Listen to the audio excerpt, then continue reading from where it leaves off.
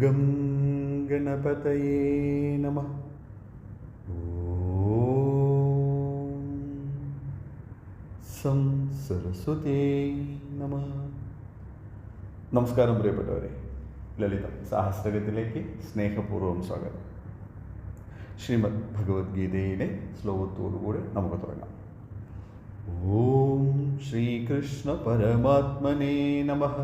അഥ ശ്രീമദ് ഭഗവത്ഗീതായ സാഖ്യയോഗോ നാമ്നേ ദ്വിതീയോധ്യായേ ത്രിത്രിംശതി ശ്ലോകഃ.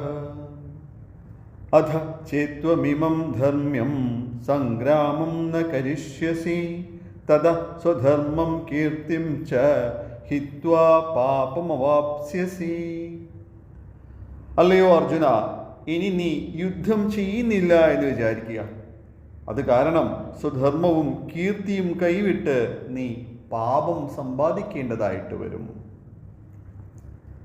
നാമത്തിലേക്ക് പോകാം. നാമം 477. ത്രിലോചന.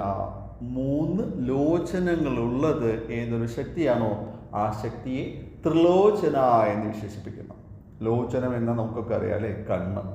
ഒപ്പം ശോഭിക്കുന്നത്, ഒളിച്ചിതറുന്നത്, വിവരിച്ചു പറയുന്നത് എന്നൊക്കെയുള്ള അർത്ഥങ്ങളുണ്ട്. മുമ്പൊരു നാമത്തിൽ ത്രിനയനയായിരുന്നു നമുക്ക് വിഷയം.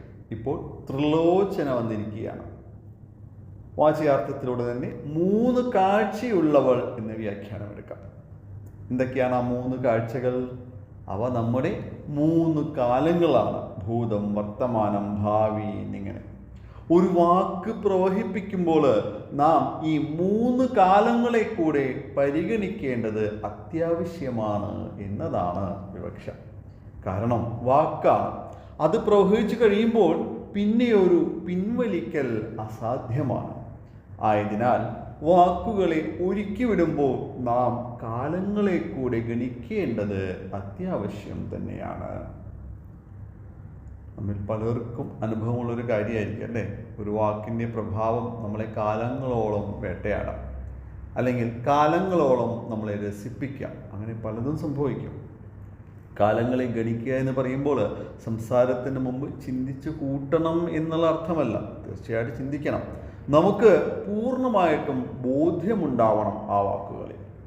കാലങ്ങളിൽ ഭൂതകാലത്ത് നാം അതുകൊണ്ട് ആർക്കെങ്കിലും ഹാനി വരുത്തിയിട്ടുണ്ടോ?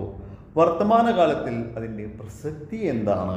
ഭാവി കാലത്തിൽ അത് ആർക്കെങ്കിലും ഉപകാരപ്പെടുമോ എന്നൊക്കെ അതിനാൽ തിരിച്ചറിയേണ്ട കാര്യങ്ങളാണ്. മുക്തികോപനിഷത്തിലെ ഈ ശ്ലോകം നോക്കൂ. സമ്യക് ലോചനാത് സത്യാത് വാസനാ പ്രവിലീയതേ വാസനാ വിലയേ ചേത്തഃ ശമമായി ദീപവത്. സമ്യക്കായിട്ടുള്ള ദർശനം മൂലവും സത്യം മൂലവും ആഗ്രഹങ്ങൾ പ്രകർഷമായി വിലയം ചെയ്യപ്പെടുന്നു. വാസനകൾ വിലയം പ്രാപിക്കുമ്പോൾ ചേതന തെളിഞ്ഞു കത്തുന്ന ദീപം പോലെയായിത്തീരുന്നു. സമ്യക്കായിട്ടുള്ള ദർശനം നൽകുക എന്നതാണ് ത്രിലോചനയുടെ കർത്തവ്യം. ആ ദർശനത്താൽ മാത്രമേ നമ്മിലെ ലൗകിക മോഹങ്ങളെ ഉത്കൃഷ്ടമായിട്ട് അലിയിച്ചു കളയുവാൻ സാധിക്കുകയുള്ളൂ. ഏറെ പ്രാധാന്യമുള്ളൊരു പദമാണ് അതിൽ ഉപയോഗിച്ചിരിക്കുന്ന പ്രവിലീയതേ എന്നത്. ലൗകികത മോശമാണ് എന്നുള്ള ധാരണയാലല്ല അതിനെ അലിയിച്ചു കളയുന്നത്, മറിച്ച് പൂർണ്ണമായിട്ട് മനസ്സിലാക്കിയതിനു ശേഷം അത് ഉൾക്കൊണ്ടതിന് ശേഷം പ്രകർഷമായി കൊണ്ടാണ് വിലീനമാക്കുന്നതും ആക്കേണ്ടതും. അപ്പോൾ മാത്രമേ വ്യക്തിക്ക് ലൗകികതയുടെ മേലെ വിജയം നേടുവാനാവുകയുള്ളൂ. അപ്പോൾ മാത്രമേ ഈ സംസാര ലോകത്തിൽ അയാൾ വിജയിക്കുന്നുള്ളൂ. ഇനി 3 കണ്ണുകൾ എന്ന വ്യാഖ്യാനം കൂടെ നോക്കാം. സൃഷ്ടി, സ്ഥിതി, സംഹാരം എന്നിവയാണവ. കണ്ഠത്തിൽ നിന്ന് പ്രവഹിക്കുന്ന വാക്കുകൾ സൃഷ്ടി, സ്ഥിതി, സംഹാരം എന്നിവ നടത്തുവാൻ പര്യാപ്തമാണ് എന്ന് തന്നെയാണ് പറയുന്നത്. അതിനെ പ്രതിനിധീകരിക്കുന്നതാണ് നമ്മുടെ 3 ലോകങ്ങൾ, ആകാശവും ഭൂമിയും പാതാളവും. 3നെ വിവരിച്ചു പറയുന്ന അല്ലെങ്കിൽ ശോഭിപ്പിക്കുന്ന എന്നൊരർത്ഥത്തിലൂടെ നമുക്ക് ആ അർത്ഥതലത്തെയും പ്രയോജനപ്പെടുത്താവുന്നതാണ്. അതുപോലെ 3 ഒളി എന്നൊരർത്ഥം നോക്കാം. ശരീരത്തിൻ്റെ നിലനിൽപ്പ് 3 ഒളിയിലാണ് അധിഷ്ഠിതം. ആ 3 ഒളികൾ എന്തൊക്കെയാണ്? നാം ശ്വസിക്കുന്ന വായു, നമ്മിൽ സ്ഥിതി ചെയ്യുന്ന വായു, നാം ഉദ്ഗമിപ്പിക്കുന്ന വായു.